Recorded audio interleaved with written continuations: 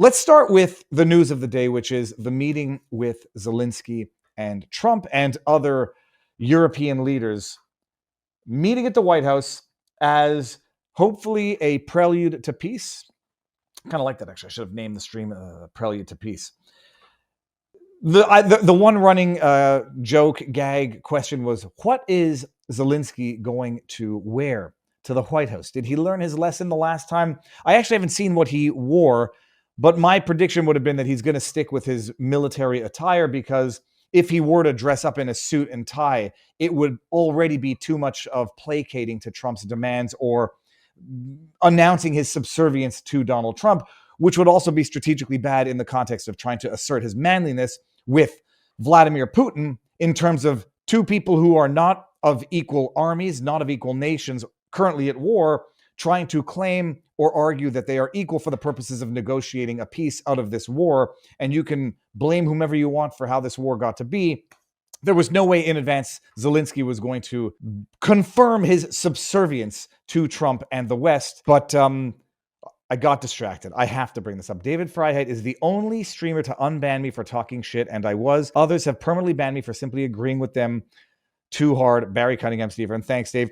First of all, I not to place any blame, I ban people myself sometimes. Moderators sometimes do it, and sometimes there are legit misunderstandings, which is why I don't like banning in the first place, except if it's absolutely necessary. And when there's a misunderstanding, to the extent that we can, achieve communications, I've got no problem doing it. But at some point, it becomes unmanageable. It's also why I've never banned anybody or blocked anybody on Twitter, even those who severely deserve it, because you don't want to block someone who doesn't deserve it. And okay, but thank you very much. Thank you. All right. So Zelensky, what did he wear? I just want to see what he wore.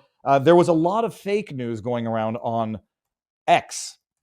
Zelensky Trump meeting today. I want to just get an image. There was a lot of fake news going on today about what he was wearing, what he wasn't wearing. And I should also announce to everybody, I'm now officially, what is it called? The people on Twitter who can do community notes. I can now officially do community notes. And I was correcting a lot of these videos saying, oh, here's Zelensky wearing a t-shirt, F you Trump, and here's him wearing a suit. Now he really bowed to Trump. Bottom line, he went with this, from what it seems. And it's sort of a healthy compromise. So Zelensky's here. He's brought his European counterparts, his European allies, or as some would say, his European support, because he is a feckless, neutered leader. And Trump has made it abundantly clear that there will basically be peace one way or the other. The easy way or the hard way, to quote the movie The Hard Way with James Woods, or Back to the Future 2. Son, we can do this the easy way or the hard way. Boom. The easy way. There's going to be peace one way or the other, and it's going to be sooner or later, depending on which way Zelensky goes. When Trump meets with Putin last week, and this was my observation, he's basically saying, look, the big boys are meeting. We're going to talk about this. And Zelensky is either going to agree to certain terms, or he's going to be fighting on his own, or with the support of Europe for whatever good that's worth. It's going to happen. Either Trump abandons all support, or America abandons support for Ukraine, as it ought to have done a long time ago, to compel them to come to the negotiating table in a manner that is sincere, or they agree to do it themselves. Now, whether or not people are optimistic about it remains to be seen as to what Zelensky does, but this was what I wanted to bring up. Earlier today, Zelensky puts out a tweet about his arrival in America, and I have some insights, for whatever they're worth, into this, which may or may not be encouraging as to Zelensky's openness to the peace that needs to happen, that ought to have happened, that will happen, pretty much along the same terms that ought to have happened 2 years ago and 500,000 Ukrainians and Russians ago. Zelensky says here, I've arrived in Washington. I have already arrived in Washington. Tomorrow I am meeting with President Trump.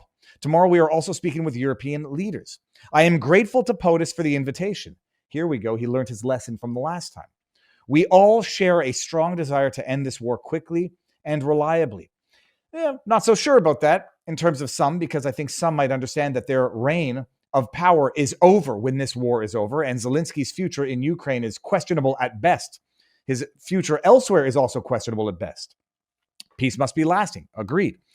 Not like it was years ago when Ukraine was forced to give up Crimea and part of the East and our east part of Donbass, and Putin simply used it as a springboard for a new attack. It's an interesting thing right here because, again, you don't have to agree with the argument. You have to understand it, and you have to be able to formulate the steelman of the opposing argument. The opposing argument is Zelensky was elected on a platform of negotiating peace in the Donbass region, which was predicated on acknowledging certain claims of the Russian nationals or loyalists who live there.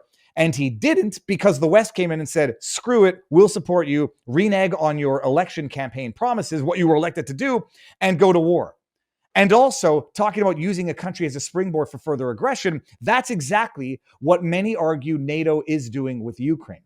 Using them for weapon labs, biolabs, using them as a threat to Russia to join NATO, for further stockpiling of weapons like they're doing in Finland. Many people argue that what this accusation of Russia using the Donbass as a springboard to go after Ukraine is exactly what NATO was using Ukraine for to go after Russia. Or when Ukraine was given so-called, quote, security guarantees in 1994, but they didn't work. Of course, Crimea should not have been given up then, just as Ukrainians did not give up Kyiv, Odessa, Kharkiv after 2022. This is not encouraging for someone who's going to have to be making concessions in order to arrive at a settlement, because if you don't make concessions when you're in negotiations, you're making demands. And you don't make demands as the losing end of a military power when you're getting destroyed, despite what people in the media are saying. Ukrainians are fighting for their land, for their independence. Now our soldiers have successes in Donetsk and Sumy regions. I am confident that we will defend Ukraine effectively, guarantee security, and that our people will always be grateful to President Trump, everyone in America, and every partner and ally for the support and invaluable assistance. Russia must end this war, which it itself started. So making demands of the person with whom you're supposed to be negotiating, blaming them exclusively as though there's no responsibility on Zelensky's behalf, as though there's no responsibility on NATO's behalf, not 1 inch further. And I hope that our joint strength of America with our European friends will force Russia into a peace deal. Thank you. Why not end it with thank you for your attention to this matter? You read a tweet like this, and you understand you're dealing with someone who's delusional. And again, you can get angry at the messenger, but the truth of the message doesn't change. There's something called the realpolitik, which is just the reality of the world in which we live. Ukraine's not winning the war. Ukraine, without the assistance of the European nations and America, would have already surrendered long ago. And it might have incidentally been for the better. When you have, the bigger bullies helping out the little bullies, well, those little bully fights sometimes would have resolved a lot earlier had you not had other big bullies supporting or manipulating the little bullies who wouldn't have been able to defend themselves from the get-go. Some might even argue that it's exactly how World War I got started, where you had small warring nations and then the bigger bullies defending the little countries, and then you're in World War I, II, and then World War III. Okay, it doesn't sound like someone who really understands what's going on, the realpolitik situation. And when you are getting ready to negotiate and discuss, it's poor tactics to immediately blame exclusively the person with whom you're going to be negotiating and the person who is currently kicking your butt. That was the tweet that he put out. There were some people suggesting that Zelensky is not serious about peace and that he's going to get bullied into making a bad deal by Trump. And if you don't believe me, let's pull up this one right here. I may or may not play the whole thing. It's a long clip, but it's worth a listen, and I want to have an opportunity to drink my energy drink. There is concern from the Europeans that President Zelensky is going to be bullied into signing something away. That's why you have these European leaders coming as backup tomorrow. Can you? No, it isn't. That's not why they're coming as back. That's not true. No, but that's not why. That's not true. They're not coming here tomorrow to keep Zelensky from being bullied. They're not coming. February Oval Office meeting in front of television cameras.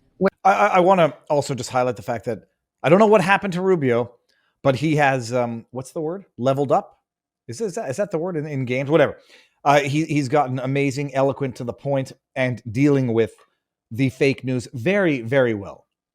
Where President Zelensky. Do you know how many meetings we've had since then? Oh, no, I know. And I was just up in Alaska watching the... Oh, she knows that they've had a bunch of meetings. The point being a bunch of meetings with Zelensky alone.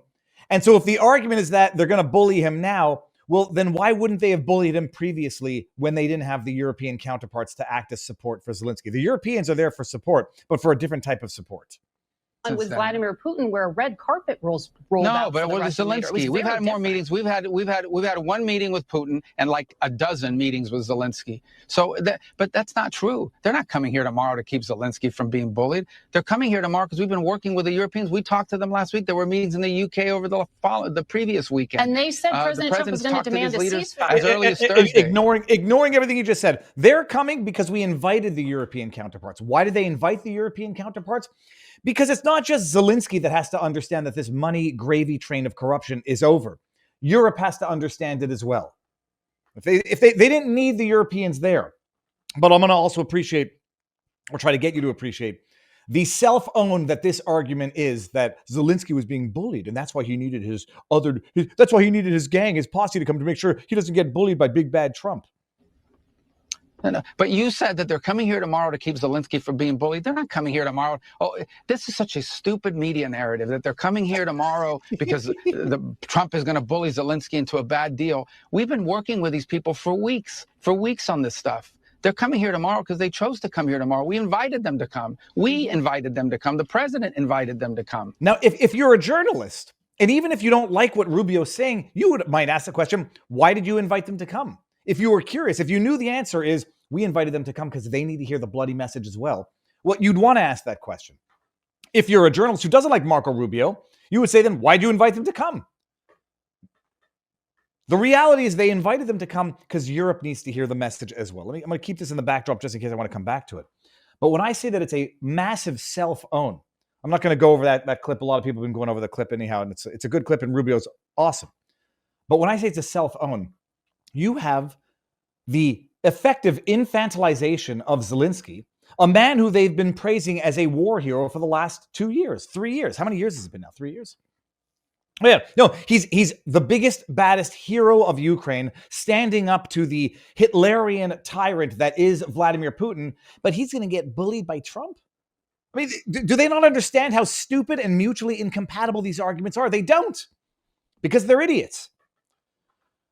So yeah, congratulations. He's such a big war hero that he can't possibly stand up himself to Donald Trump. And if he can't stand up to Donald Trump, which they know that he can't, because the only reason that war has gone on for 3 years is because it had the support of the Biden administration, and they see that support dwindling, and they know that Zelensky can't fight on his own. They know that Zelensky can't fight even if it was with the European support. They know that he is in fact susceptible to bullying. They know that he is in fact a feckless leader who's effectively secondary to all of these discussions, and he's going to understand that, and he's going to understand that he needs to come to the agreement, and that he's going to have to make some concessions, as is Russia, because as you know, Trump has said now, if it weren't for me, Putin would have taken over all of Ukraine, so it's going to be a concession to Putin when he has to only agree to the Donbass region. No, they're not getting back Crimea, and had you come to the table 3 years ago, probably would have been a better deal, and it would have been several 100,000 people alive had you done that. But alas, $300 billion, 30 to 70% of which gets siphoned off for corrupt purposes. Hey, that's worth a few 100,000 Ukrainian citizens, civilians, soldiers, isn't it? Someone said, shut up, Martha. That was what J.D. Vance said. So that's what's going on today. My prediction is there is going to be a negotiated peace sooner than later. It's going to involve the Donbass region, and it's going to involve Putin making concessions that will stop any further aspirations, above and beyond geopolitical, territorial aspirations, above and beyond what we're going to demand.